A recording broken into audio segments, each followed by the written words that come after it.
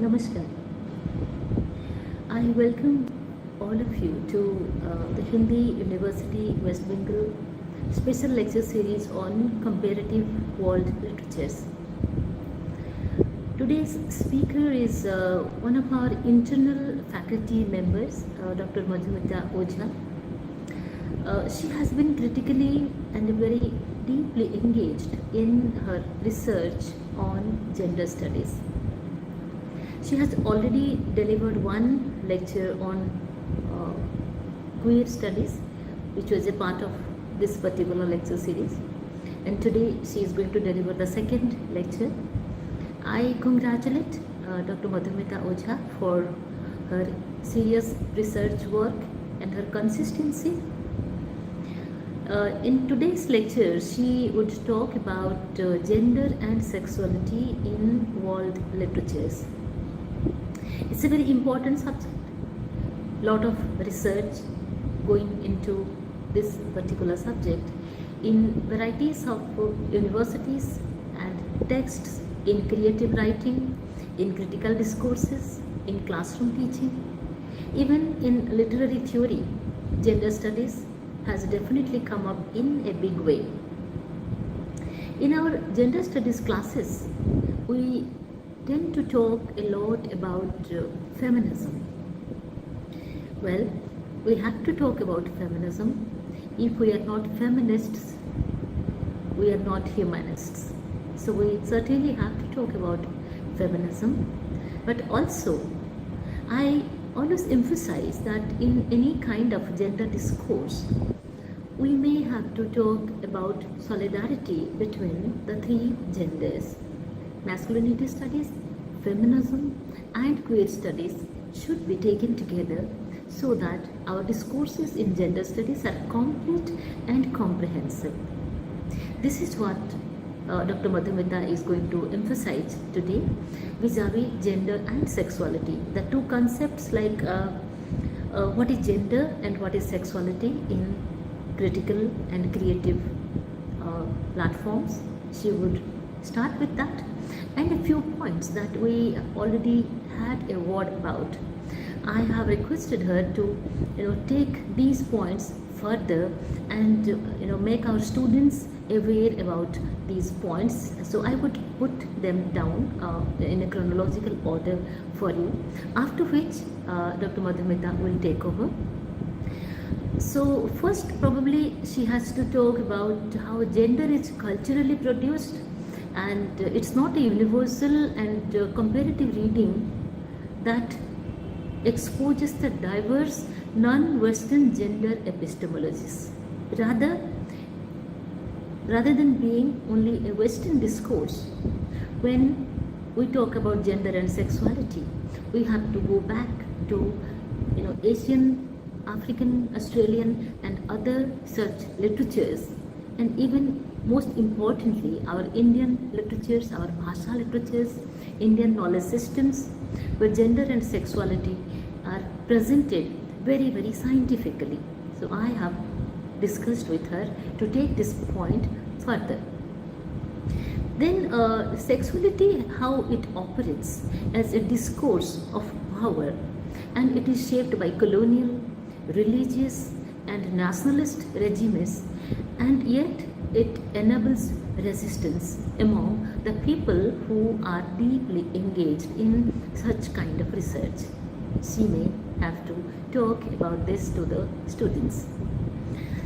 Intersectionality, that is very central, and it is a part of gender discourses vis-a-vis caste, race, class, and indigeneity across various cultures. When you talk about gender and sexuality, you cannot but take oral literatures, folk literatures, and you have to create some kind of continuum, a continuity, a continuum between our oral literatures and our written literatures. So this will be another point of discussion for today. Then narrative authority that matters, since who represents gendered and sexual bodies shapes meaning and legitimacy, is one important question. Corporeality and body politics are things on our university tables now, which are again discussed in our PhD courseworks, in our MPhil courseworks, and also in master's degree courses. We have started taking corporeality and body politics in various interdisciplinary subjects, like in literature departments, language departments, translation studies, where Dr. Madhumita belongs to, and even a part of our history and political science and anthropology, Anthropocene. So these subjects are also taking corporeality and body politics in a very critical manner. Decolonial comparative frameworks challenge Eurocentric norms, and the recover indigenous and vernacular sexual ethics is another point that she would be taking up in today's lecture. She would be bilingual. I wish her all the very best, and the participants, the scholars, faculty members, I wish all of you all the best for this important lecture series and for today's lecture on gender and sexuality in comparative world literatures, to be delivered by Dr. Madhumita. Thank you and namaskar.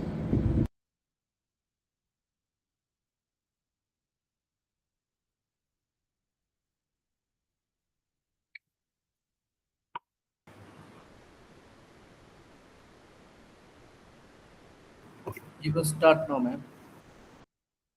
आदरणीय अध्यक्ष महोदया, हिंदी विश्वविद्यालय की माननीय कुलपति महोदया professor Nandini Sahu ma'am का मैं हृदय से आभार व्यक्त करती हूँ, जिन्होंने मुझे तुलनात्मक विश्व साहित्य के अंतर्गत आयोजित इस व्याख्यान श्रृंखला में अपने विचार प्रस्तुत करने का सुअवसर प्रदान किया। मैं इस वेबिनार से जुड़े अध्यापकों, शोधार्थियों, विद्यार्थियों एवं उपस्थित सभी ज्ञान पिपासु श्रोताओं का हार्दिक अभिनंदन और स्वागत करती हूँ। आज मुझे जेंडर और सेक्सुअलिटी जैसे अत्यंत महत्वपूर्ण, समकालीन तथा संवेदनशील विषय पर अपने विचार साझा करने का अवसर प्राप्त हुआ है। यह विषय केवल साहित्यिक विमर्श तक सीमित नहीं है, बल्कि समाज, संस्कृति, पहचान, सत्ता संबंधों और मानवीय अस्मिता से गहराई से जुड़ा हुआ है। वर्तमान समय में जेंडर और सेक्सुअलिटी का प्रश्न विश्व साहित्य के केंद्र में उपस्थित है। साहित्य समाज का दर्पण होने के साथ साथ उन आवाजों को भी अभिव्यक्ति देता है जिन्हें लंबे समय तक हाशिए पर रखा गया। इस दृष्टि से तुलनात्मक विश्व साहित्य हमें विभिन्न संस्कृतियों, समाजों और विचारधाराओं के बीच संवाद स्थापित करने का अवसर प्रदान करता है। आज का यह विमर्श केवल स्त्री या पुरुष की पारंपरिक अवधारणाओं तक सीमित नहीं है, बल्कि यह पहचान, स्वतंत्रता, समानता, विविधता और मानवीय व्यापक प्रश्नों को भी सामने लाता है। मुझे विश्वास है कि आज का यह संवाद हम सभी के लिए विचार विस्तार और संवेदनात्मक समझ का एक महत्वपूर्ण माध्यम सिद्ध होगा। हिंदी में जिसे हम जेंडर और यौनिकता जैसे शब्दों के लिए प्रायः जिन शब्दों का प्रयोग करते हैं या होता है, संक्षिप्त रूप में अगर कहें तो जेंडर सामाजिकता द्वारा निर्मित है। सामाजिक मान्यता और मानक ही इसके आधार स्तंभ है, जबकि यौनिक पहचान जैविक विशेषता है। किसी मनुष्य के यौनिक अंग के आधार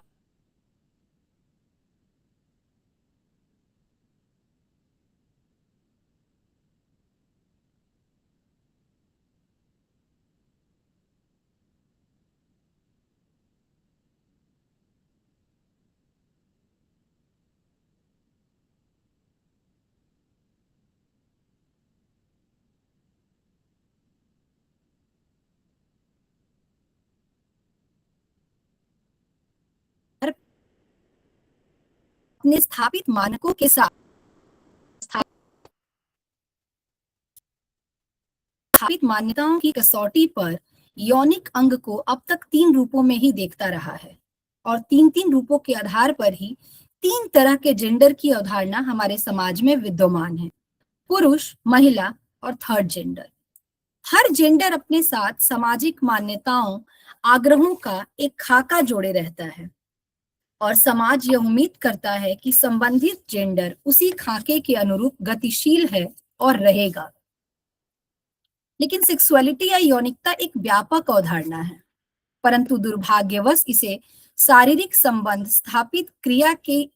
स्थापना की क्रिया में उपयोगी एक अंग तक ही सीमित करके रख दिया गया है। सूक्ष्मता से देखा जाए तो यौनिकता भी असल में समाज एवं संस्कृति द्वारा निर्मित व्यवस्था और मानकों से प्रभावित होती है। जेंडर और यौनिकता एक दूसरे से अलग है। जेंडर को लेकर सामाजिक असमानता की प्रक्रिया को देखते हुए समाज वैज्ञानिकों ने जेंडर न्यूट्रल फैमिली की संकल्पना को पेश किया।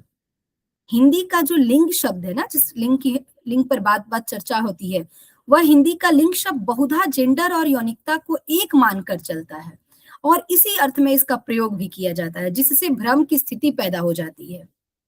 हिंदी में जेंडर के लिए लिंग के अतिरिक्त किसी और शब्द के न होने के कारण अंग्रेजी के इस शब्द को उसकी अवधारणाओं के साथ हिंदी में भी आगे लेकर बढ़ा जा सकता है। इस तरह सरल भाषा में कहें तो समाज द्वारा निर्मित पहचान को जेंडर, जिसे अंग्रेजी के जेंडर, और जैविक पहचान को यौनिकता, अंग्रेजी के सेक्सुअलिटी कहना उचित होगा। जेंडर और यौनिकता को लेकर तमाम तरह की भ्रांतियां व पूर्वाग्रह मौजूद हैं।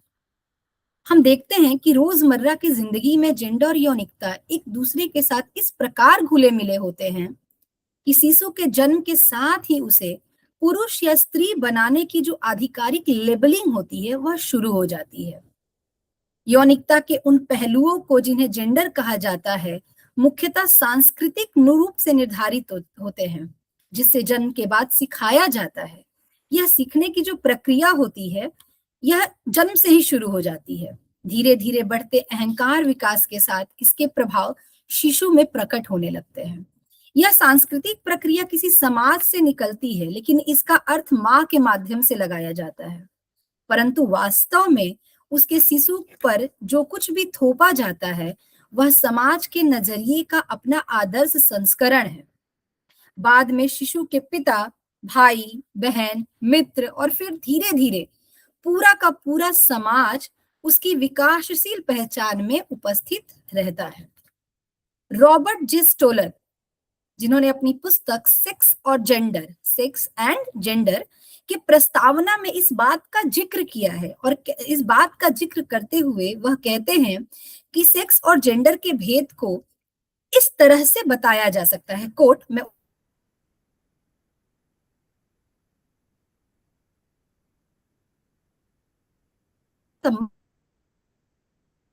आशय के अनुसार या स्त्री सेक्स से है तथा जैविक अंग यह निर्धारित करता है या पुरुष। ध्यान दीजिएगा, यौनिकता शब्द का आशय से है, इसका अर्थ की अति बृहत क्षेत्र भाव, विचार तथा कल्पना जिसका संबंध यौनिकता से है, मुक्ति तक जैविकता से नहीं।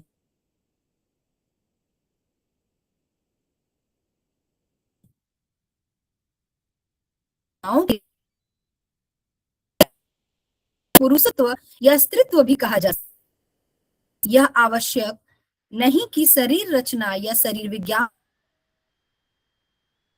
अर्थ निकाला जाए। सेक्स और जेंडर एक साथ बंधे हुए प्रतीत होते हैं, अनकोट। यहाँ रॉबर्ट जे स्टॉलर ने जो अपनी बात कही है वह यह बात समाप्त होती है, और वह किस तरह से इस करते हैं आप देख सकते हैं कि वे आगे बताते भी हैं कि सेक्स और जेंडर अनिवार्य रूप से किसी भी चीज से बंधे नहीं है, दोनों स्वतंत्र तरीके से आगे बढ़ सकता है। जेंडर के सीखने के प्रभाव लगभग सभी उदाहरणों में मौजूद है। आप सारी उदाहरणों को उठाकर देख सकते हैं जो बच्चे को अछूता नहीं छोड़ते कभी। अपने पुत्रों के आरंभिक चरित्र पर माता का प्रभाव और युवक को प्रभावशाली दिखने की युवकों व समय में पूर्ण माध्यम, कुछ स्थितियों में सभ्यता के विकास के कुछ महत्वपूर्ण कदमों मुख्यतः जेंडर पहचान की जो भावना है ना, का अर्थ 3 स्रोतों से लिया गया है। एक, जननांग की शारीरिक रचना और शरीर विज्ञान, दूसरी, पहचान में माता पिता, और तीसरी, भाई बहन और मित्रों की भूमिका, जो एक जैविक दबाव जिससे या ज्यादा हो सकता है। और ये जो तीनों स्रोत हैं, ये देखिएगा कि ये तीनों स्रोत प्रारंभ में लड़के और लड़कियां जिस दौर से गुजरते हैं, उस दौरान उनके बीच किसी प्रकार का कोई मनोवैज्ञानिक भेदभाव नहीं होता है। लड़का शुरू से अपने सेक्स में सहज अभिमान नहीं खोजता, किंतु उसमें यह अभिमान उसके आसपास के जो लोग होते हैं उनके द्वारा जमा दिया जाता है। माँ और धाय लिंग पूजन की परंपरा में अखंड विश्वास रखती हैं। इस प्रकार बच्चे के लिंग को अलग व्यक्तित्व प्रदान कर दिया जाता है। उसका यह अंग वैकल्पिक अहम बन जाता है। लड़का अपने व्यक्तित्व में जिस वरीयता और उत्कृष्टता को पाता है, वे वास्तव में आसपास के माहौल द्वारा उसमें दरअसल भरी जाती है। इसके विपरीत आप देखेंगे कि छोटी जो लड़कियां होती हैं, कैसे उन छोटी लड़कियों का भाग्य बिल्कुल अलग कर दिया जाता है। माँ और धाय के मन में अपने सेक्स के प्रति कोई कोमलता या पूजा भाव नहीं रहता। एक प्रकार से छोटी लड़की के पास कोई सेक्स अवयव होता ही नहीं है। जहां तक लड़की का सवाल है, वह अपने शरीर में कोई कमी नहीं पाती, बल्कि वह स्वयं पूर्ण होते हुए भी अपने आप को जगत से कुछ भिन्न पाती है। बाह्य परिस्थितिगत कारण उसको अपनी ही नजर में हीन बना देते हैं। और यहाँ से शुरू हो जाती है जेंडर की लेबलिंग, जिसकी बात मैं अभी कुछ देर पहले कर रही थी। माता पिता, सहपाठी तथा संस्कृति अपने स्वभाव, चरित्र, सुविधा, प्रतिष्ठा, श्रेय, हाव भाव तथा अभिव्यक्ति के माध्यम से पुरुष या स्त्री जेंडर के लिए क्या उचित है, इस बात को या इस विचार को तैयार करते हैं। और इन्हीं विचारों के योग से शिशु की जेंडर पहचान तैयार होती है। कैथरीन मूरे मिलेट ने 1960 तथा 70 के दशक के उत्तरार्ध में स्त्रीवादी संघर्ष की सक्रिय सदस्य तथा राष्ट्रीय महिला संगठन समिति की सदस्य थी। वह मिलेट सत्ता और वर्चस्व की उस अवधारणा को व्यक्त करती हैं जो में शामिल होता है। यह सहारा देती है तो दूसरे को अधीन बनाती है, कैसे सहारा दे रही है, और स्त्री को कैसे अधीन बनाती है। कैथरीन मूरे मिलेट यहाँ कहते हैं, पितृसत्ता का सिद्धांत 2 रूपों में काम करता है। पुरुष महिला पर हावी हो रहा है, छोटे पुरुष पर। आगे वह कहते हैं कि बुनियादी पितृसत्तात्मक राजनीति के माध्यम से स्वभाव, भूमिका और स्थिति के संबंध में दोनों जेंडरों के समाजीकरण द्वारा यौन राजनीति सहमति प्राप्त करती है। पुरुषों में पुरुष श्रेष्ठता का पूर्वाग्रह व्यापक रूप से स्वीकृत है, जो उनमें उनके उत्कृष्ट और स्त्री के निकृष्ट स्थिति के लिए मान्यता प्रदान करती है। पहले स्वभाव में मानव व्यक्तित्व के निर्माण के साथ शोषक समूह के मूल्यों तथा आवश्यकता पर आधारित रूढ़िगत यौनिक विभाजन शामिल है। न्यायिक निर्णय आचार संहिता द्वारा यौन भूमिका के हाव भाव तथा दृष्टिकोण को विस्तृत करने का भी काम करता है। गतिविधि के रूप में, अगर आप गतिविधि की बात करें तो गतिविधि के रूप में शिशु से लेकर स्त्री बनने तक यौन भूमिका उस पर घरेलू सेवा की उपस्थिति को बनाए रखती है तथा मानव की उपलब्धि के रूप में पुरुष की रुचि व महत्वाकांक्षा को भी महत्व देती है।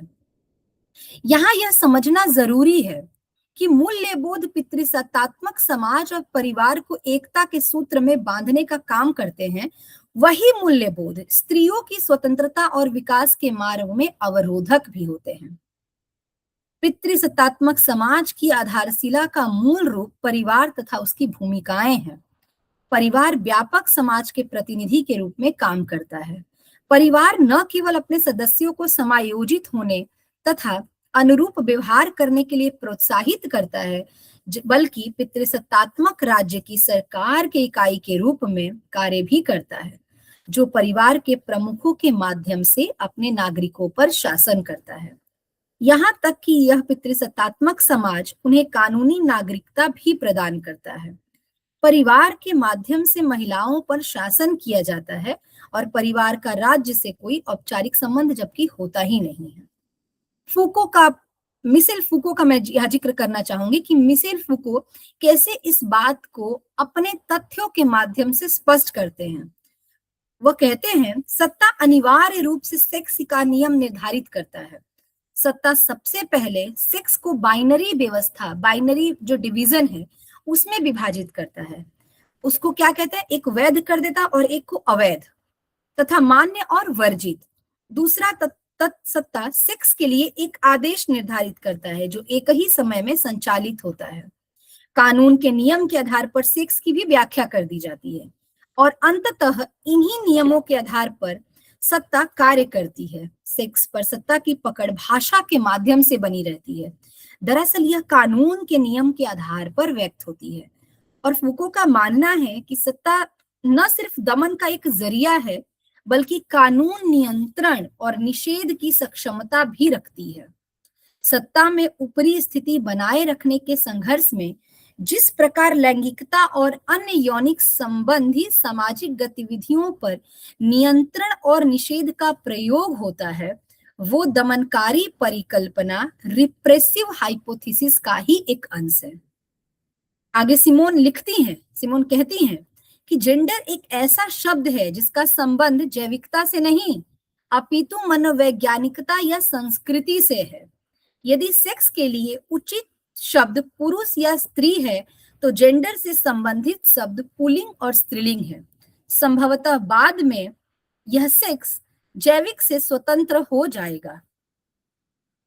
तो जेंडर एक ऐसा शब्द है जो एक तरफ इस शब्द की, जैसे मिलेट का हमने बात किया, हमने सिमोन का बात किया, तो अब इन्होंने जो अपने संदर्भ दिए हैं उन संदर्भों के आधार पर यदि हम जेंडर और यौनिकता के बात को समझना चाहें तो जेंडर एक ऐसा शब्द है जो एक तरफ इस शब्द की संरचना की प्रक्रिया की पड़ताल करता है तो दूसरी तरफ सत्ता और शक्ति की निर्मिति के गांठ को भी खोलता है।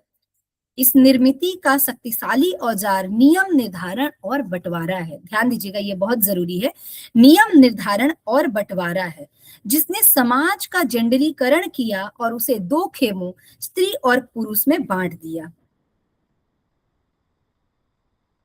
ऋचा वी गीता जो है वह कहती हैं कि मर्द और औरत इन्हीं नियमों के भीतर जीवन जीते हैं और इस तरह ये जो नियम विधान जो बनाए गए हैं उनकी जो संरचना है, व्यक्ति का उसके प्रति व्यवहार, सब मिलकर, ये सब कुछ मिलकर एक सत्ता निर्माण करते हैं जिसे हम पितृसत्ता के नाम से जानते हैं, जिसे हम पितृसत्ता कहते हैं।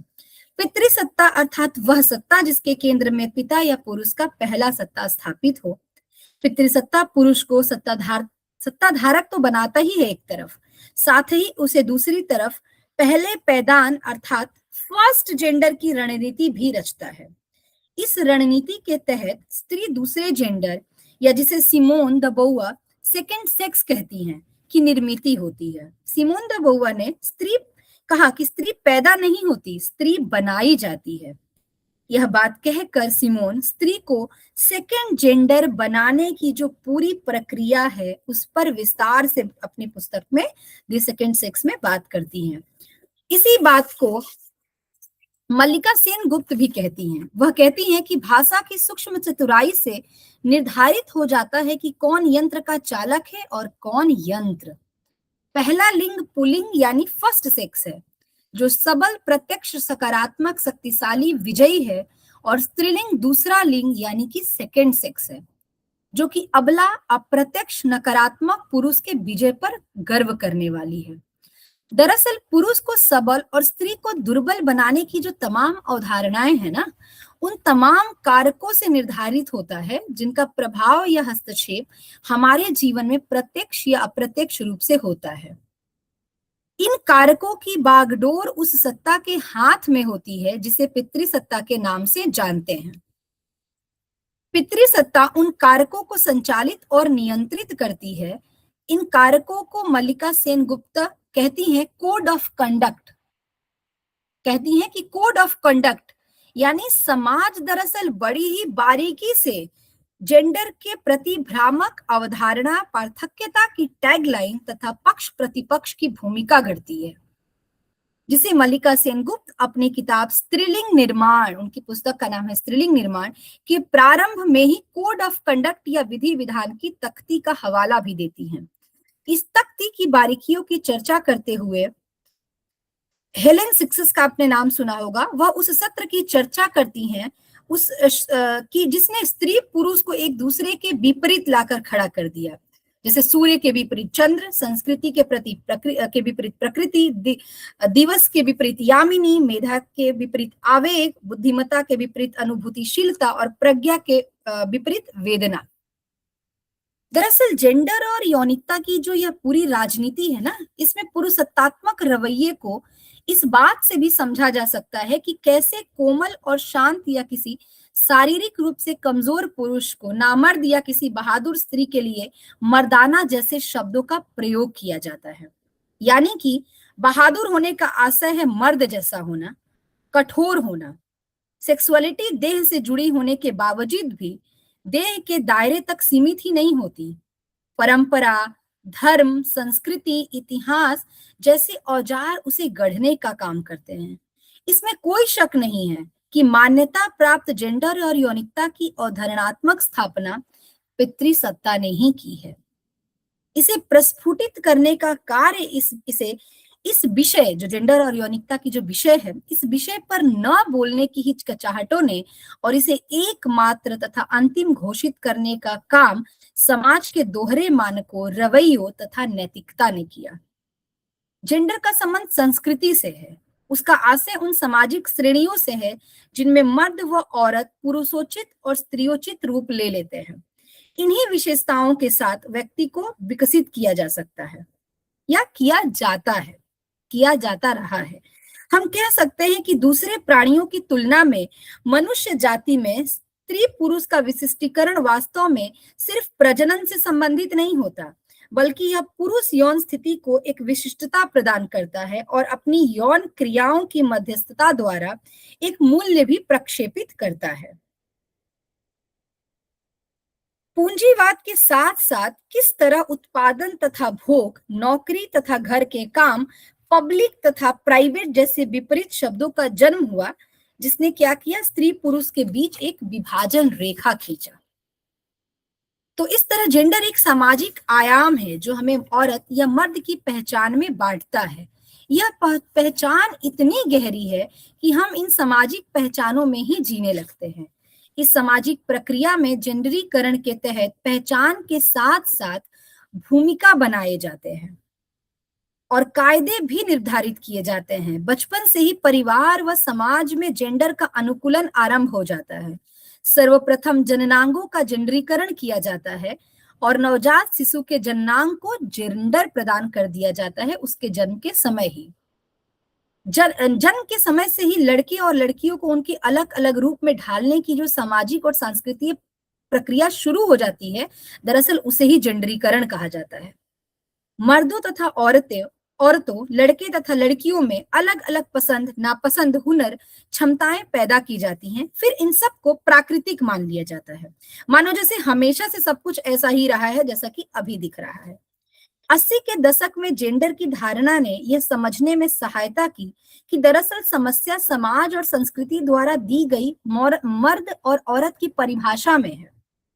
इस संबंध में बीना अग्रवाल जी कहती हैं कि जेंडर संबंधों से तात्पर्य है औरतों तथा मर्दों के बीच शक्ति या सत्ता के संबंध, और ये संबंध दोनों लिंगों के बीच श्रम विभाजन, भूमिका तथा संसाधनों के बंटवारों सहित भिन्न भिन्न सामाजिक रिवाजों और विचारधाराओं के रूप में सामने आते हैं।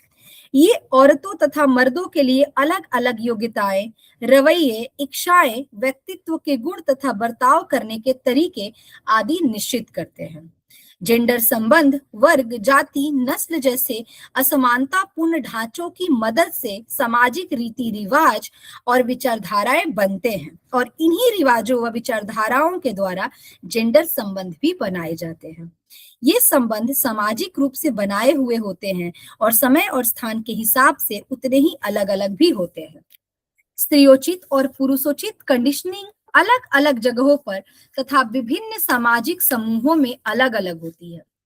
असम और तमिलनाडु में हिंदू समाज के लोग लड़की के माहवारी शुरू होने पर उसे धूमधाम से मनाते हैं। जैसे मानो शादी धूमधाम से मनाया जाता है, ठीक वैसे ही रिश्तेदारों को बुलाया जाता है, दावत होती है, लड़की को दुल्हन की तरह सजाया जाता है। यही नहीं, असम के कई समुदायों में लड़की की माहवारी शुरू होने पर केले के पेड़ से उसकी शादी भी कराई जाती है। केले के पेड़ को दूल्हा माना जाता है, जबकि कितनी ही जगहों पर माहवारी होने को छुपाया जाता है। जेंडर की तरह यौनिकता से जुड़े अपने ही कायदे हैं, जैसे कि कौन, कब, कहाँ, कैसे और किसके साथ यौनिकताएं जाहिर कर सकता है। जेंडर और यौनिकता दोनों के साथ कायदे जुड़े हैं, दोनों एक दूसरे से अलग भी हैं और एक दूसरे को प्रभावित भी करते हैं। पुरुषत्व और नारीत्व जैविकता का नहीं, बल्कि एक लंबी ऐतिहासिक प्रक्रिया का परिणाम है। हर ऐतिहासिक युग में उस समय के उत्पादन के मुख्य ढंग के आधार पर पुरुषत्व और नारीत्व को अलग अलग तरह से परिभाषित किया जाता है। अतः स्त्री व पुरुष अपने शरीरों के साथ गुणात्मक रूप से अलग संबंध विकसित करते रहते हैं। इस प्रकार मात्रिक समाजों में नारीत्व को सभी उत्पादनों के सामाजिक प्रतिमान के रूप में जीवन उत्पादन के मुख्य सक्रिय सिद्धांत के रूप में देखा जाता था। सभी औरतों को माता के रूप में परिभाषित किया जाता था।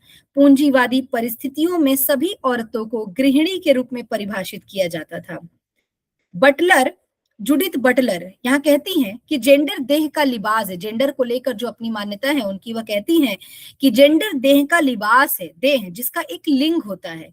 इस कॉस्ट्यूम को पहनकर हम ताउम्र अपने जेंडर की भूमिका को निभाते हैं और फिर इसे बार बार परफॉर्म करते हुए हम जेंडर और जेंडर स्टीरियोटाइप को बनाते हैं। मेरे लिए स्वीकार करना आवश्यक है कि जेंडर अदायगी व्यवहार के ध्वंस का संबंध यौनिकता तथा यौनिक प्रथा से नहीं है। मान्यता प्राप्त यौनिकता के मद्देनजर बिना कृषि प्रश्न या पुनर्विन्यास के अस्पष्ट जेंडर का प्रतिपादन कर दिया जाता है। यदि सेक्स को स्थिर चरित्र के रूप में भी हम देख ले कि वह सेक्स जो है यौनिकता, उसको स्थिर चरित्र के रूप में यदि चुना जाता है, तो संभवतः सेक्स नामक यह निर्माण सांस्कृतिक रूप से जेंडर के रूप में निर्मित होता है। सिमोन कहती हैं कि स्त्री बनाई जाती है, पैदा नहीं होती है। बनाने का आशय जेंडर भूमिका बनाने से है। स्त्री के लिए स्त्रीयोचित भूमिका और पुरुष के लिए पौरुष भूमिका। और इस तरह दुनिया में दुनिया जो है वो दो ध्रुवों में बट गई। दोनों के लिए अलग अलग भूमिकाएं बनाई गई।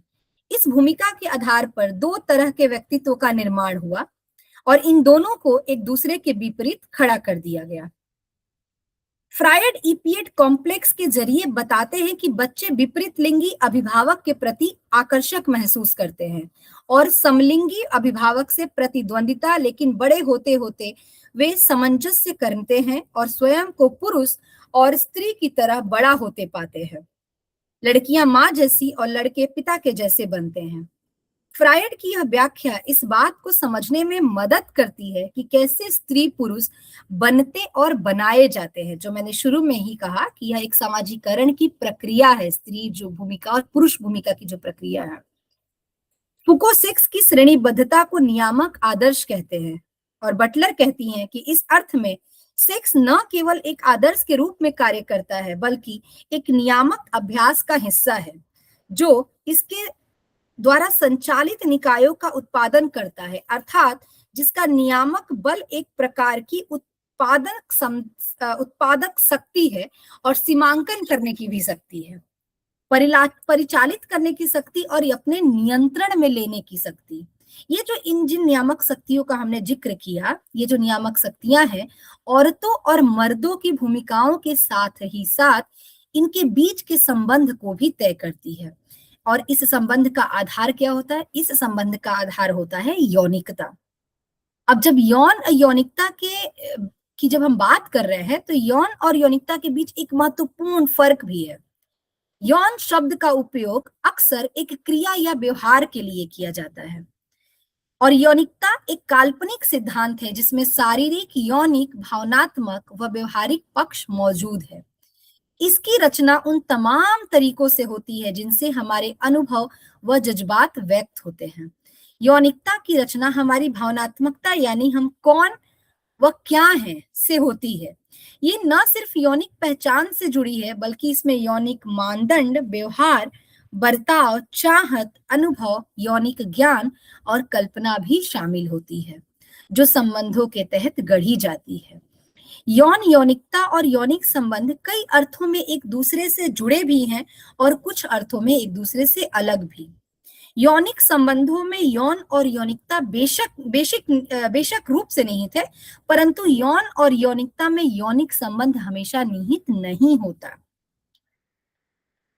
कमला भसीन एक जगह लिखती हैं इस बात को स्पष्ट करने के लिए कि पितृसत्तात्मक विचारधारा बनाने और उसे आगे बढ़ाने में कई संस्थाएं शामिल है, जैसे परिवार, स्कूल, टीवी, रेडियो, धर्म, कानून इत्यादि।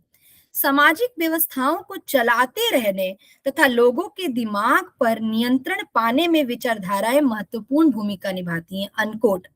अर्थात एक पुरुष इसलिए पुरुष माना जाता है क्योंकि वह एक महिला के लिए इच्छा रखता है और उसकी इच्छा में परिवर्तन होता है। यदि तनिक भी उसकी इच्छा में परिवर्तन दिखाई देता है तो वह पुरुषत्व के सारे मानकों से ढकेल दिया जाता है, चाहे वह पुरुष होने के अन्य तथाकथित मानकों में फिट ही क्यों न बैठता हो। यह तथ्य इस बात की पुष्टि करता है कि समाज कैसे यौनिकता के घेरे में जकड़ा है और कैसे यह नियम उसे संचालित और उसके व्यक्तित्व को निर्धारित करते हैं। आगे हम जब इस पर बात करेंगे तो पितृसत्ता एक जेंडर को देखेंगे कि पितृसत्ता एक जेंडर को अपरिमित शक्ति देकर अन्य जेंडर की गुलामी का दर्शन है। वह कहता है कि अन्य जेंडर की गुलामी का दर्शन है। जिस मायने में औरतों का चित्रण भारत के कमर्शियल थिएटर या सिनेमा जगत में किया जाता रहा है, उस मायने में शायद कोई भी अभिनेत्री जन्मना औरत नहीं होती। स्टेज या पर्दे पर स्त्री के रूप में स्वीकार्य वे तभी होती है जब पहले औरत के रूप में उन्हें गढ़ लिया जाता है। इस बात को मृणाल पांडे भी अपनी पुस्तक में लिखती हैं। पर क्या फर्क सिर्फ औरतें पर सवाल यह है, मृणाल पांडे जिसे अपनी पुस्तक में उठाती हैं कि क्या सिर्फ औरतें गढ़ी जाती हैं? क्या यह समाज पुरुष को नहीं गढ़ता? क्या इस के लिए जल और खाद्य नहीं देता? स्त्री या पुरुष का नहीं बल्कि उस सोच से है जो यौनिकता के कायदे निर्धारित करता है और उसी कायदे के अनुरूप सोचने के लिए आपको विवश कर, अर्थात अपरिमित शक्ति प्राप्त जेंडर भी पितृसत्तात्मक मानसिकता के आधार पर ही गढ़ा जाता है। क्या करना है और क्या नहीं करना है, कैसे और कब नहीं, ये जो तमाम तरह के नियम हैं, दरअसल ये तमाम नियम यौनिकता को नियंत्रित करने के मकसद से बनाए जाते हैं और यही नियम फिर यौन संबंधों पर हावी होते हैं। कभी अविवाहित स्त्री पुरुष के बीच यौनिक संबंध बन जाने का भय सताता है तो कई बार विवाहित स्त्री पुरुष के बीच यौनिक संबंध न बन पाने की चिंता खाई जाती है।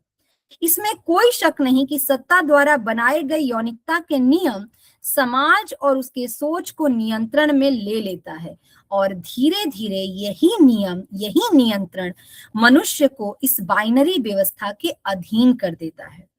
यह कल्पना करना भी कठिन हो जाता है कि जो आज जैसा है और जैसा दिख रहा है दरअसल वैसा नहीं है। बेहद आश्चर्यजनक बात है यह कि एक तरफ समाज यौनिकता पर खुले जुबा बात तक नहीं करना चाहता और दूसरी तरफ सारी राजनीति यौनिकता के इर्द गिर्द घूमती नजर आती है, जिससे समाज का कोई भी हिस्सा अछूता नहीं है। यह बात अलग है कि कब यौनिकता महत्वपूर्ण बन जाती है और कब अमहत्वपूर्ण, इसकी परिभाषा निश्चित रूप से गढ़ी जाती है। बदले और कुंठा की तृप्ति के लिए बलात्कार जैसे घिनौने कुकृत्यों का सहारा लिया जाता है। गरिमा श्रीवास्तव अपनी पुस्तक देह ही देश में इस बात की जिक्र करती हैं कि किस तरह पूरा का पूरा युद्ध होता है वह देह अर्थात यौनिकता की बदौलत लड़ा जाता है। सुजाता भी लिखती हैं, समाज अब भी उस कबीलाई मानसिकता में है कि किसी समुदाय से बदला लेना या सबक सिखाना है तो उसकी औरत या बच्ची पर यौनिक हमला किया जाए। यह सीधा सीधा उस व्यवस्था का मामला है जो अपने मूल चरित्र में मर्दाना है, अनकोट। यानी कि यहाँ सुजाता भी लिखती है इस बात को कि कैसे पितृसत्तात्मकता के आधार पर यह जेंडरीकरण किया जाता है। यौनिकता को बाइनरी खाके में बांटना पितृसत्तात्मक व्यवस्था को जीवित रखने का माध्यम बनाया जाता है। यौनिकता भी जेंडर के समान एक सामाजिक, सांस्कृतिक, ऐतिहासिक अवधारणा है। क्या कारण है कि एक पति अपनी यौनिक चाहत को बड़ी बेबाकी से अभिव्यक्त कर लेता है, परंतु उसी बेबाकी से पत्नी अपनी इच्छाओं को जाहिर नहीं कर पाती? क्या यह पितृसत्तात्मक शक्ति संरचना से संचालित सामाजिक ट्रेनिंग का हिस्सा नहीं? यह हमें सोचना होगा। स्त्रियोचित व्यवहार व पुरुषोचित व्यवहार का अनुकूलन करते करते हम इसके दरअसल आदी हो जाते हैं।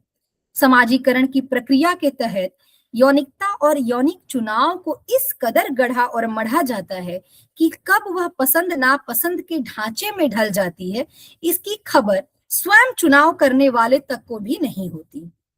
स्त्री के देह से शुरू हुआ अधिकार धीरे धीरे अपना विस्तार करता चला जाता है और स्त्री की समूची सत्ता को अपने में समेट लेता है। यही तो समाज करता है औरतों के साथ। कभी उसे भ्रूण में ही भसा देता है, तो कभी बहू के रूप में भसाता है, तो कभी बेटी बहू के रूप में किसी ऐसे घर में रख आता है जहां हर दम उसे भसाने की कोशिश चलती रहती है। दुर्गा के प्रति वर्ष भसाने में सबसे ज्यादा दिलचस्पी पुरुषों की होती है। ढोल तासे रंग गुलाल के साथ श्रद्धा भक्ति के नाम पर देवी से जो वे अपना पीछा छुड़ा आते हैं, देवी की स्तुति भी करते हैं, प्रार्थना में झुकते हैं, फिर छिन्न भिन्न भी कर देते हैं। इस क्रिया से पुरुषों का आत्मगौरव बढ़ता है। जो जो यह गौरव बढ़ता गया, पुरुष औरतों का शोषण भी उतने ही ढंग से करने लगे। पुरुष निर्माण की भूमिका में है, इसलिए उसने सोचा कि स्त्री को अस्थिर कर, अपदस्थ कर ही अपनी सत्ता कायम रखी जा सकती है, अनकोट। इन तमाम विवेचनों के आधार पर यह कहा जा सकता है कि जेंडर और यौनिकता के अंतर संबंधों के तत्व न सिर्फ समाज के वर्चस्वशाली सत्ता द्वारा गढ़ा गया है, बल्कि उसके विभिन्न मानवीय व अमानवीय अर्गलाओं की निर्मित भी हुई है। जेंडर और यौनिकता संबंधी सामाजिक जो मिथक हैं, उन मिथकों को विश्व के विभिन्न समाजशास्त्रियों, भाषाविदों, स्त्री विमर्शकारों ने चुनौती दी है और जेंडर व यौनिकता की व्यापक अवधारणा को शब्दबद्ध भी किया है। अब तक हमने बात किया कि समाज जेंडर और यौनिकता की क्या परिभाषा है और जेंडर और यौनिकता के आशय को हमने समझा। अब हम जेंडर और यौनिकता को उसके एक व्यापक अवधारणा के रूप में देखेंगे कि जेंडर और यौनिकता क्या है। आधुनिकता, विकास, तकनीकियत और सोच समझ की व्यापकता एवं गहराई ने निश्चित रूप से सामाजिक संवेदनशील पहलुओं को सूक्ष्मता से देखने व विश्लेषित करने का एक नया समावेशी दृष्टिकोण भी प्रदान किया है। अंतरराष्ट्रीय संस्था WHO, वर्ल्ड हेल्थ ऑर्गेनाइजेशन द्वारा 2004 में दी गई यौनिकता की परिभाषा कुछ इस प्रकार है। यौनिकता मनुष्य होने का एक केंद्रीय पहलू है। सेक्स, जेंडर पहचान व भूमिकाएं, यौन रुझान, कामुकता, आनंद, अंतरंगता और प्रजनन, ये सभी यौनिकता के तहत आते हैं। मनुष्य अपनी सोच, अपनी कल्पनाओं, कामनाओं, विश्वासों, रवैयों, मूल्य, मान्यताओं, व्यवहारों, भूमिकाओं व संबंधों में यौनिकता का अनुभव करता है और उसे व्यक्त भी करता है। हालांकि यह जरूरी नहीं है कि हर व्यक्ति स्पष्ट रूप से इसका अनुभव करे या इसे व्यक्त करे। हमारी यौनिकता बहुत सारे शारीरिक, मनोवैज्ञानिक, सामाजिक, आर्थिक, राजनीतिक, सांस्कृतिक, कानूनी, ऐतिहासिक, धार्मिक और आध्यात्मिक कारकों की अंतर क्रियाओं से प्रभावित होती है।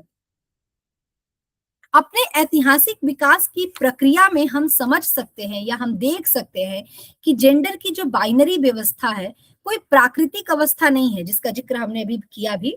इसके विकास का एक इतिहास है। बाइनरी व्यवस्था के आधार पर नियंत्रण की इच्छा पितृसत्ता के मूल में है।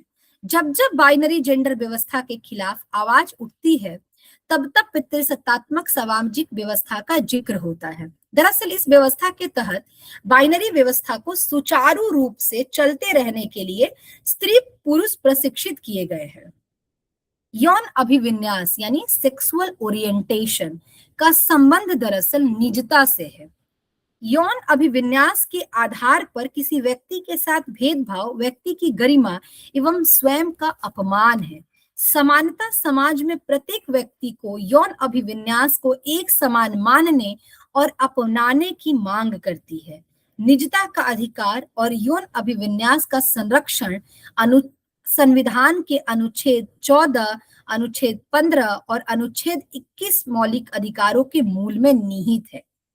हमारे समाज में व्यक्ति का जन्म होता है तो वह जेंडर को लेकर नहीं आता है, बल्कि बना बनाया जो जेंडरनुमा लिबास है, एक आप एक कह सकते हैं कि उसका जो परफॉर्मेंस तैयार किया जाता है वो व्यक्ति को ओढ़ा दिया जाता है। और यौनिकता को अक्सर दो विपरीत भागों में बटा ही मान लिया जाता है।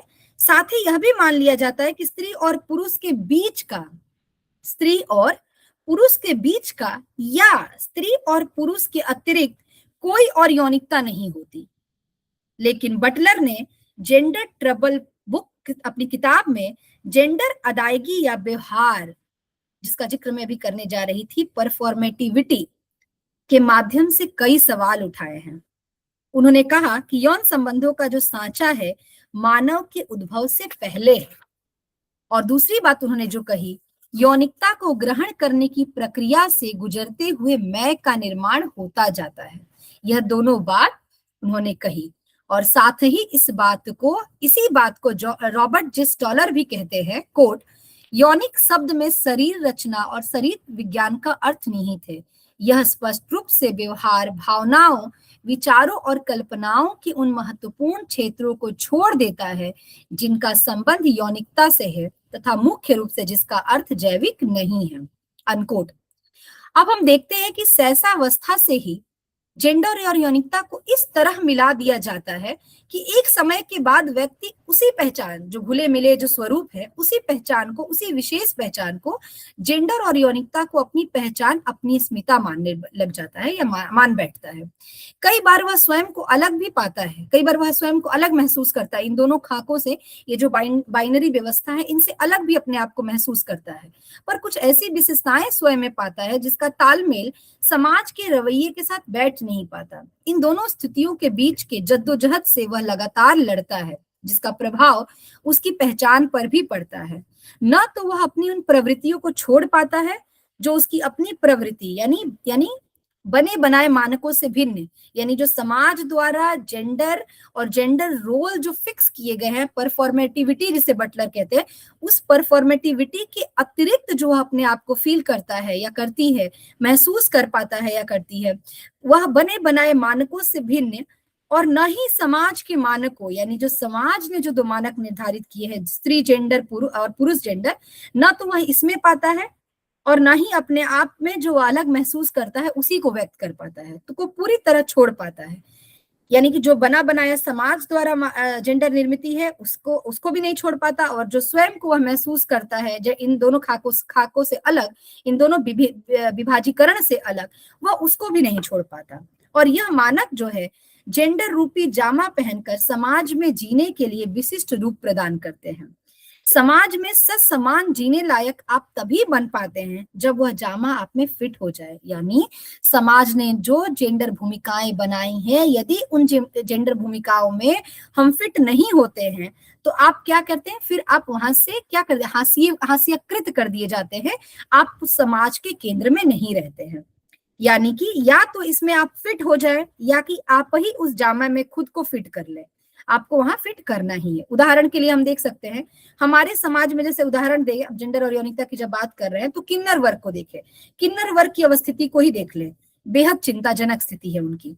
यदि मुख्य धारा का समाज न ही उसे पूरी तरह अपना मानता है और ना ही उन्हें स्वीकार कर पाता है, ना उसे अपना पाने की क्षमता है समाज, यानी ना उसे अपनाता है और ना ही उसे स्वीकार कर पाता है, ना अपनाना है और ना ही उसे स्वीकार कर पाना है, स्वीकृति देना है। पितृसत्तात्मक व्यवस्था के आवश्यकता के अनुरूप ही बाइनरी जेंडर व्यवस्था का निर्माण भी हुआ है। सत्ता निर्माताओं के मस्तिष्क में यह बात नहीं आई कि बाइनरी जेंडर, जो स्त्री जेंडर और पुरुष जेंडर जो बनाई गई, इस बाइनरी जेंडर और उसके आधार पर निर्मित व्यवस्था के बाहर भी इन दोनों व्यवस्थाओं के बाहर भी कई पहचान और यौनिकता के प्रकार होते हैं और हो सकते हैं। ऐसी धारणा दरअसल धीरे धीरे अपनी पैठ बनाती गई, जबकि इसका संबंध की किसी भी प्रकार से जैविक या प्राकृतिक नहीं है। इसके पीछे जिस तरह पितृसत्तात्मक राजनीतिक दर्शन काम करता है, उसे केट मिलेट सेक्सुअल पॉलिटिक्स कहती है। केट मिलेट सेक्सुअल पॉलिटिक्स के जरिए उस पूरी राजनीति की तहों को खोलती नजर आती हैं जो यौनिकता के इर्द गिर्द रची जाती है और जिन्हें प्रसारित करने की प्रक्रिया बदस्तूर जारी है। जेंडरगत असमानता के मूल में समाज के वे संस्थाएं व संगठन हैं जिन्होंने उनके बीच पहले और दूसरे की विभाजन रेखा खींची, न कि जैविक भेद ने। यौनिकता के दो प्रकार यानी कि स्त्री और पुरुष जेंडरगत तौर तरीकों द्वारा विभाजित यौनिकता है जो लंबे समय से चली आ रही है। ईसाई धर्म और हिंदू धर्म में स्त्रियों की रजस्वला अवस्था को अब पवित्र बताया गया है। उस रज को हीन बनाने की कोशिश की गई है जिससे सृष्टि होती है।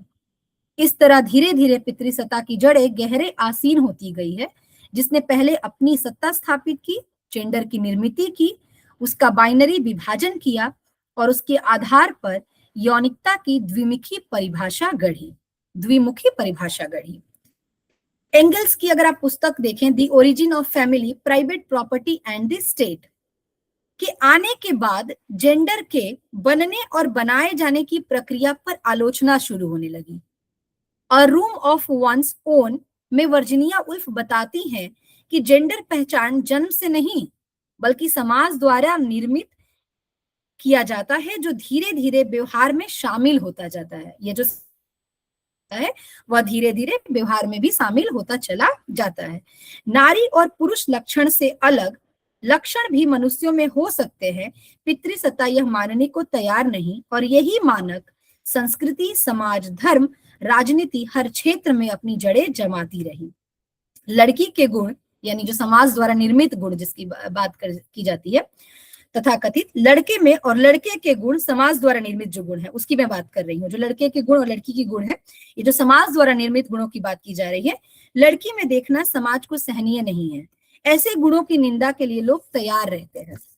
विक्टोरिया व्यवस्था की मूल रणनीति स्त्री और पुरुषों को अलग अलग भूमिकाओं में बांधकर उनके बीच परस्पर विरोधी तस्वीर खींचनी थी। लेकिन इसी विक्टोरियाई युग ने सेक्सुअलिटी पर विचार विमर्श के नूतन संदर्भों को भी जन्म दिया। द्वितीय विश्व युद्ध के दौरान महिलाएं दफ्तरों, बैंकों, कारखानों जैसे पेशे में काम करने लगी क्योंकि पुरुषों को इन कामों को छोड़कर युद्ध के लिए जाना पड़ा और युद्धकालीन स्थिति में पितृसत्ता द्वारा स्थापित जेंडर भेद और श्रम विभाजन की जो दीवारें खींची गई थी वह उन दीवारों को जारी रखना संभव न हो सका। यूरोप में इस युद्ध के कारण यौन उन्मुक्तता आई। इस दौरान अचानक स्त्रियों को एहसास हुआ कि समाज उस पर शासन कर रहा है। पितृसत्तात्मकता ने चाहा कि युद्ध क्षेत्र से लौटे पुरुषों के बाह्य कामकाज को छोड़कर स्त्रियां वापस घरों की ओर लौट जाए, जो कि संभव नहीं था। दूसरी ओर महिला संगठन जेंडर भेदभाव से मुक्ति और समानता को मान्यता दिलाने के संघर्ष में जुट गए थे। युद्ध के बाद स्थितियां बदली और महिलाओं की भूमिका भी बदली। बाइनरी जेंडर जो व्यवस्था थी समाज की, वह सामाजिक धारणा बनी हुई है। समाज के विभिन्न संस्थाओं द्वारा इन धारणाओं को उकसाने और मुकम्मल रूप देने की कोशिश निरंतर चलती रहती है। बचपन से ही बच्चे तयशुदा भूमिकाओं के अनुकूल गढ़े जाते हैं जो संस्कृति की मांगों के अनुरूप कृत्रिम रूप से लादी गई है। इस भूमिका के हम इतने आदी हो जाते हैं कि जेंडर भूमिका के बदलते और निर्मित यौनिकता सेक्सुअलिटी से भिन्न यौनिकता को देखते ही हाय तौबा मच जाती है। बाइनरी जेंडर का सामाजिक ढांचा ऐसे मानदंड तय करता है जो पुल्लिंग और स्त्रीलिंग में विभाजित होता है, जहां अन्य किसी जेंडर और यौनिकता की अभिव्यक्ति का कोई स्पेस नहीं होता, कोई जगह नहीं होता। विज्ञापन और ये इन सब को मुकम्मल रूप देने का जो काम करता है वह विज्ञापन, धर्म, कानून, टीवी जैसे सभी माध्यम द्विधारी जेंडर व्यवस्था पर टिके होते हैं, जिसके आधार पर मानसिक विकास का निर्माण चलता रहता है। जेंडर स्टीरियोटाइप ढांचा विज्ञापनों, पाठ्य पुस्तकों, रोजमर्रा के व्यवहार, संस्कृति, त्योहारों, भाषा की बदौलत पुख्ता होती चली जाती है। हमारे अचेतन मन में न जाने कितने ही जेंडर स्टीरियोटाइप ने अपनी जगह बना ली है। जो स्त्रीलिंग पुल्लिंग निर्माण प्रक्रिया के बीच से तैयार होती है। माना जाता है कि स्त्री जो है वह शर्मीली और कोमल होती है और पुरुष ठीक इन गुणों के विपरीत। यह भी धारणा है कि स्त्री घर की लक्ष्मी होती है, दयालु होती है, शर्मीली होती है, ताकि पुरुष के बहिर्मुखी होने की जो नींव है वह पड़ सके। पर क्या हर पुरुष बहादुर और साहसी होता है? क्या वाकई हर स्त्री शर्मीली, कोमल और निर्भरशील होती है? यह सोचने की आवश्यकता है। केट मिलेट अपने सेक्सुअल पॉलिटिक्स में लिखती हैं, जिसका निर्माण इसी सेक्सुअल पॉलिटिक्स में जो केट मिलेट कह रही हैं उसका जिक्र मल्लिका सेनगुप्त भी अपनी पुस्तक में करती हैं, और उसका जिक्र करते हुए कहती हैं कि समाज में हमारे लिंग संबंध पर निस्वार्थ भाव से गौर करने पर देखा जाएगा कि स्त्रीलिंग व पुल्लिंग के बीच न सिर्फ वर्तमान समय में बल्कि अब तक के इतिहास के पन्ने पर ऐसी घटनाओं की पुनरावृत्ति हुई है हमारे समाज में जो अक्सर जांच परख कर देखा नहीं जाता, यहाँ तक कि उस पर गौर भी नहीं किया जाता, हालांकि वह संस्थागत हो उठता है। वह है वही जन्मजात विशेषाधिकार कि लड़की अपनी चलाएंगे और लड़के अपने चलाएंगे और लड़कियां उस पर अमल करेंगी। इस व्यवस्था में निहित उपनिवेशीकरण उजागर होता है। अन्य सभी निर्वासनों से कठोरतम, वर्ग वैषम्य से व्यापक और भी सुदृढ़, सुविन्यासित और दीर्घस्थायी हो जाता है। लिंग प्राधान्य का दर्शन हमारी संस्कृति की ऐसी अवधारणा है जिससे आदिम युगीन क्षमता की धारणा पैदा होती है। ईसा पूर्व 12,000 से 8,000 साल तक के प्राप्त तथ्यों के अनुसार सभ्य समाज से पहले स्त्रियां यौन संबंधों में आजाद थी।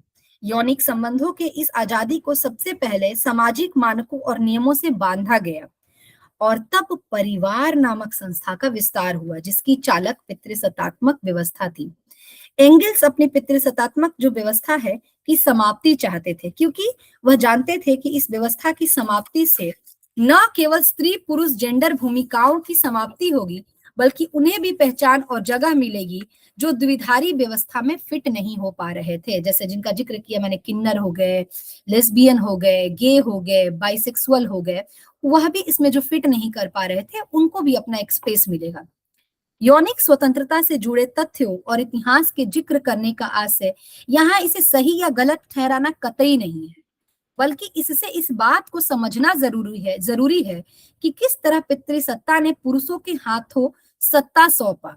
इस सत्ता ने कैसे आबादी को दो हिस्सों में बांटा और कैसे एक प्राइमरी तो दूसरी सेकेंडरी बनी, कैसे स्वयं को नियंत्रक और दूसरे को चालक बनाया, जिससे प्राइमरी सेकेंडरी पर अपनी सत्ता स्थापित कर सके। जरा सोचिए कि स्त्री पुरुष पहचान से अलग भूमिकाओं को मानने वाले पहचानों या अलग तरह के यौनिकता का दावा करने वाले लोगों पर पितृसत्ता का शासन करना आसान होता? तो उत्तर है नहीं। और इसीलिए पुरुष स्त्री से अलग पहचान रखने वालों जैसे हिजड़ा हुए, किन्नर हो गए तथा अन्य पहचानों को कॉर्नर कर दिया गया और यौनिकता की वैविध्यता इस दो स्त्री और पुरुष तक आकर सिमट गई। विवाह से उत्पन्न संतान को पुण्य कार्य और विवाहेतर संतान को पाप बताकर रजह निवृत्ति स्त्री का शुभ कामों में भाग न लेना जैसे आख्यान गढ़े ही इसलिए गए हैं ताकि जेंडर और यौनिकता का द्विभाजीकरण किया जा सके। फिर धीरे धीरे इसके सिद्धांत गढ़े गए। सिमोन जैविक विविधता को मानती हैं और अपनी पुस्तक द सेकंड सेक्स में इस विविधता का विवेचन करती हैं। वह कहती हैं कि यदि एक बार जगत के विनियोजन का तरीका बदल जाए और मूल्यों की परियोजना भिन्न बन जाए, तब मूल्यांकन के लिए शारीरिक शक्ति की इतनी जरूरत नहीं रहेगी। पारंपरिक रूप से हिंसा को प्रश्रय देने वाली मांसपेशियों की ताकत के आधार पर किसी को प्रभुता नहीं मिलनी चाहिए। कि उनकी जो यह युक्ति है, इस युक्ति से यह स्पष्ट होता है कि वह पुरुष वर मानती हैं, लेकिन इस ताकत के बल पर चल रहे जो प्रभुता है उस प्रभुता को खारिज करती हैं। वह जैविक विविधता को तो मानती हैं, परंतु उसके आधार पर वर्चस्ववाद और प्रभुत्व की आलोचना भी करती हैं। मानव इतिहास में उत्पादन तथा पुनः उत्पादन की ताकतों में संतुलन विभिन्न आर्थिक अवस्थाओं और विभिन्न साधनों के जरिए लाया गया है। इन्हीं परिस्थितियों ने औरत और पुरुष के संबंधों का नियमन किया है। हम केवल जैविक आधार पर एक सेक्स की प्रधानता दूसरे सेक्स के ऊपर नहीं आरोपित कर सकते। सिमोन सेक्सुअल प्रवृत्तियों को सहज मानती हैं। जिन साधनों और अवस्थाओं ने स्त्री पुरुष के संबंधों का नियमन किया, उन्हीं साधनों ने जेंडर का द्विभाजीकरण किया और समाज को दो हिस्सों में बांट दिया। रीति रिवाजों और तौर तरीकों ने इसे स्वाभाविक साबित करने में कोई कसर नहीं छोड़ी। इधर 1970 में एक कोडेड क्लिंडेड टेस्ट के परिणामों के आधार पर महिलाओं पर सर्वे किया गया, इसी जेंडरीकरण को और यौनिता को आधार बनाकर, और उसमें कहा गया कि ऐसे ज्यादातर मामलों में एक महिला के रूप में तयशुदा भूमिका पालन करने में नाकाम होने के कारण पैदा होने वाली समस्या का हल मनोचिकित्सक निकालते हैं। इससे परंपरागत यौनता और हम उसमें हमारी भूमिका पर जिज्ञासाओं से भरे सवाल उठ खड़े होते हैं। अनकोट। जेएस मिल जो है वह भी विक्टोरियन युग में स्त्रियों की वास्तविक स्थिति का वर्णन इतिहास के माध्यम से करते हैं तथा कानूनी जो बंधन है उन कानूनिक बंधन की स्थितियों, दुर्बल शिक्षा और स्त्री अधीनता पर प्रहार करते हैं। वह लिखते हैं कि जो यह सिद्धांत है दो जेंडरों के बीच विद्यमान सामाजिक संबंधों को नियंत्रित करता है। एक का दूसरे पर कानूनी परतंत्रता अपने आप में गलत है। यह मानव सुधार की दिशा में अब प्रमुख व्यवधान है जिसे समानता के सिद्धांत के द्वारा प्रतिस्थापित किया जाना चाहिए। यह निश्चित करना होगा कि एक तरफ शक्ति या विशेषाधिकार तथा दूसरी तरफ असक्तता का भाव न हो। अनकोट।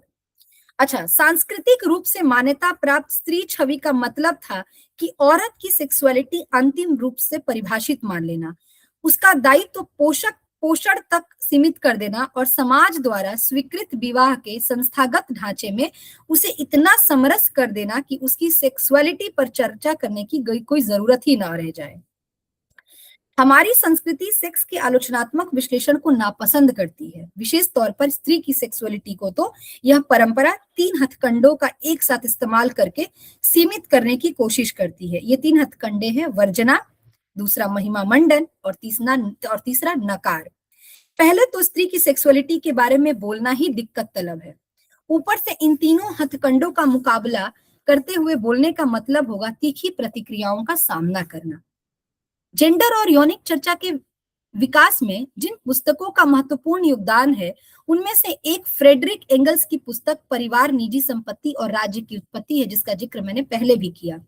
और एंगल्स ने उस पुस्तक के माध्यम से खुलकर यह घोषणा की कि विवाह तथा परिवार नामक संस्था की उत्पत्ति स्त्री पर स्वामित्व की स्थापना से हुई। और जूडिथ बटलर भी अपनी पुस्तक जेंडर ट्रबल के प्रकाशित संस्करण की भूमिका में बताती हैं कि यह विषमलैंगिक मानक नहीं है जो जेंडर को उत्पन्न तथा संगठित करता है, बल्कि यह जेंडर अनुक्रम है जो विषमलैंगिक संबंधों को रेखांकित करता है। यदि जेंडर अनुक्रम जेंडर की क्रियाशील धारणा को निर्धारित करता है तो क्या जेंडर ही जेंडर का कारण बनता है और नियमन पुनरुक्ति में परिणत हो जाता है? यदि कोई सोचता है कि वह किसी पुरुष को स्त्री के रूप में कपड़े पहने या किसी स्त्री को पुरुष के रूप में कपड़े पहने देखता है तो वह सबसे पहले जेंडर की वास्तविकता के बारे में सोचता है। जिस जेंडर को उपमा द्वारा प्रस्तुत किया जाता है वह वास्तविकता नहीं है तथा भ्रामक स्थिति पैदा करती है। अगर कोई एक स्त्री है तो इसका यह आशय नहीं कि हर स्त्री ही होगी। यह संदर्भ सर्वग्राही नहीं है, इसीलिए नहीं कि पूर्व निर्धारित जेंडर युक्त व्यक्ति अपने जेंडर का रूपांतरण कर अतिक्रमण करता है, बल्कि इसलिए कि जेंडर हमेशा सुसंगठित नहीं होता तथा निरंतर विभिन्न ऐतिहासिक संदर्भों में जेंडर पहचान, जाति, वर्ग, नृजातीय, यौनिक और क्षेत्रीय तौर तरीकों द्वारा बड़ी सावधानी से गठित होते हैं। फलस्वरूप जेंडर को राजनीति तथा संस्कृति से अलग करना असंभव हो जाता है, जिसके अंतर्गत वह निरंतर उत्पन्न तथा पोषित होता है। सन 1965 में भारत के शिक्षा आयोग की सिफारिश थी, कोट, दोनों लिंगों के बीच परस्पर स्वाभाविक आदरभाव पैदा करने की जरूरत है, क्योंकि लिंग के आधार पर विषय या कार्यसूची का बंटवारा करना और एक खेमे को मर्दाना और दूसरे को औरताना कहा जाना अवैज्ञानिक है। साथ ही इस तथ्य का व्यापक रूप से प्रचार करना होगा कि दोनों लिंगों के बीच तथाकथित मनोवैज्ञानिक अलगाव दरअसल लिंग आधारित नहीं बल्कि सामाजिक तौर पर निर्मित है। मर्दाना और औरताना व्यक्तित्व की जो स्टीरियोटाइप है, धारणा समाज का भला करने की अपेक्षा कहीं अधिक नुकसान पहुंचा रही है। यह बात आम लोगों को समझनी होगी। अनकोट, यह शिक्षा आयोग की सिफारिश की बात मैं बता रही थी। अनकोट, इस आधार पर यह कहना गलत नहीं होगा कि जेंडर के आधार पर कार्यों का बंटवारा ही नहीं बल्कि पूरे समाज को द्विधारी व्यवस्था में बांट देना ही दरअसल अवैज्ञानिक है। जेंडरीकरण की अनिवार्यता अनिवार्य आवश्यकता की तरह सभ्यता, समाज और साहित्य में व्याप्त हो चुकी है। हांगकांग में 1999 में हुई वर्ल्ड कांग्रेस ऑफ सेक्सोलॉजी में मनुष्य के यौन अधिकारों को मूल मानव अधिकारों में शामिल किए जाने का प्रस्ताव पारित हुआ। इसमें यौन स्वतंत्रता, यौन रुचि, यौन चयन, यौन आनंद की रक्षा, यौन स्वास्थ्य की सुरक्षा तथा प्रजनन के निर्णय का अवसर जैसे प्रस्ताव भी शामिल हैं। अतः अंततः हम कह सकते हैं इस जेंडर और यौनिकता विषय पर जिस पर आज हम चर्चा कर रहे हैं कि धुंधले चश्मे से देखने पर दुनिया बाइनरी जेंडर युक्त ही दिखेगी। जरूरत है इस धुंधले चश्मे को पोंछने की, संकीर्ण दृष्टिकोण को व्यापक बनाने की और दुनिया को सहजता से देखने, समझने और स्वीकारने की। क्यों स्त्री पुरुष को सहजता से बड़ा नहीं होने दिया जाता, यह प्रश्न है। क्यों बालक शिशु की कोमलता धीरे धीरे पुरुष कठोरता में तब्दील होने लगती है? क्यों इन बातों को स्त्री खासियत और पुरुष खासियत की तरह बताया जाता है? क्या इस खासियत में किसी तरह का भेदभाव नहीं होता? क्या एक में श्रेष्ठता और दूसरे को निकृष्ट समझने की भावना का जन्म नहीं होता? एंगल्स की माने तो वर्ग समाज के शुरू होने से पूर्व जो समाज था वह नारी प्रधान समाज था और तब तक परिवार नामक संस्था और संपत्ति नामक अवधारणा नहीं थी। वाजिब है कि तब तक राजनीतिक सत्ता ने अपने पंख नहीं फैलाए थे। तो अंततः मैं यही कहना चाहूंगी कि जेंडर और यौनिकता एक दूसरे से अलग तो है पर कुछ हद तक एक दूसरे से जुड़े भी हैं। जहां कुछ लोगों के लिए जेंडर और यौनिकता का मेल उन्हें उनकी अपनी पहचान प्रदान करता है, वहीं कुछ लोगों के लिए इसका बेमेल उन्हें अपनी पहचान को प्रभावित भी अपनी पहचान को प्रभावित भी करता है, जैसे कि ट्रांसजेंडर लोग। कुछ ट्रांसजेंडर चिकित्सीय हस्तक्षेप द्वारा अपने शरीर को बदलना चाहते हैं और कुछ नहीं। यह परिवर्तन मात्र एक विकल्प नहीं बल्कि स्वास्थ्य एवं सुख के लिए भी आवश्यक है। अतः जेंडर और यौनिकता का संबंध निजता से है, वैविध्यता से है। इस बात को समझने की आवश्यकता हम सभी को है। तो इन्हीं बातों के साथ आज मैं अपनी बात यहीं समाप्त करती हूँ और अंत में मैं एक बार पुनः हिंदी विश्वविद्यालय की माननीय कुलपति महोदया प्रोफेसर नंदिनी साहू मैम के प्रति अपनी हार्दिक कृतज्ञता व्यक्त करती हूँ, जिन्होंने मुझे इस महत्वपूर्ण व्याख्यान श्रृंखला में अपने विचार साझा करने का अवसर प्रदान किया। उनका सतत मार्गदर्शन, शैक्षणिक दृष्टि और प्रेरणा हम सभी के लिए अत्यंत उत्साहवर्धक है। मैं इस वेबिनार से जुड़े सभी सम्मानित प्राध्यापकों, शोधार्थियों, विद्यार्थियों एवं उपस्थित सभी श्रोतागणों का भी हृदय से धन्यवाद ज्ञापित करती हूँ, जिन्होंने अत्यंत धैर्य और गंभीरता के साथ इस विमर्श को सुना तथा इसे सार्थक बनाया। साथ ही इस कार्यक्रम के सफल संचालन एवं तकनीकी व्यवस्था को सुचारू रूप से संभालने के लिए मैं काजोरी दास राय और अमन सिंह का विशेष रूप से आभार व्यक्त करती हूँ, क्योंकि किसी भी ऑनलाइन कार्यक्रम की सफलता के पीछे तकनीकी टीम का महत्वपूर्ण योगदान होता है और आप दोनों के सहयोग से यह आयोजन अत्यंत व्यवस्थित एवं सफल बन पाया। तो हृदय से आप सभी का बहुत बहुत धन्यवाद। नमस्कार।